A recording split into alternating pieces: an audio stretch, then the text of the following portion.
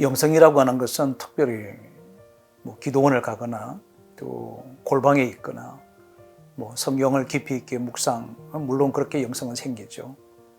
그러나 실제적인 영성은 우리의 일상 속에서 드러나는 것이라고 생각합니다. 여러분, 영성이라고 하는 놀라운 우리의 그 삶의 영역들이 우리의 삶 속에서 펼쳐지기 위해서 우리는 베드로가 물 위를 걸었던 그 사건을 잠시 주목해 볼 필요가 있다고 생각합니다. 베드로가 물 위를 걸었습니다. 기적과 같은 일이었습니다. 그러면 베드로가 물 위에 걸었다고 하는 그 자체가 과연 우리에게 어떤 의미를 부여하는가인 거죠. 많은 제자들이 함께 똑같이 배 안에 있었습니다.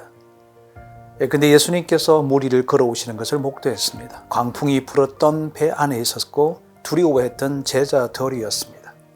그런데 다시 예수님을 바라보는 그 순간에 또 성경은 기록하기를 제자들이 다 두려워했다라고 하는 것입니다.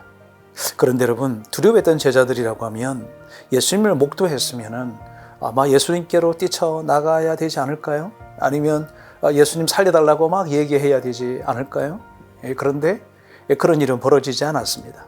근데 베드로 한 사람이 주님인 것을 확인하고는 그 두려워했던 그 배로부터 내려버렸습니다.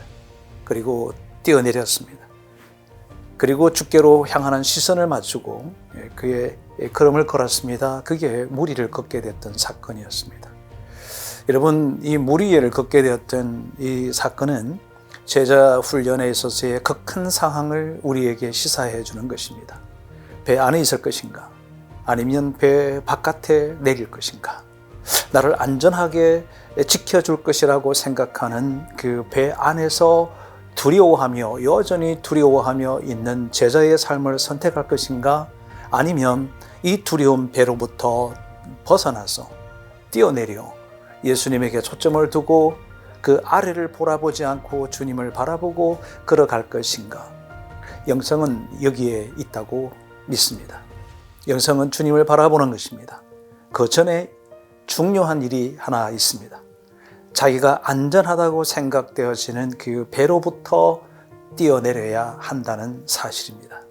내가 배 안에서 있을 때의 두려움, 또 배 바깥으로 내려갈 때에도 두려움, 내가 예수님을 바라보고 쫓아가기 위해서 내려놓아야 되는 것에 대한 두려움, 또 그 주님을 향해서 갈 때 가지는 또 두려움이 있습니다. 그래서 저는 영성과 믿음의 반대는 두려움이라고 확신하고 있습니다.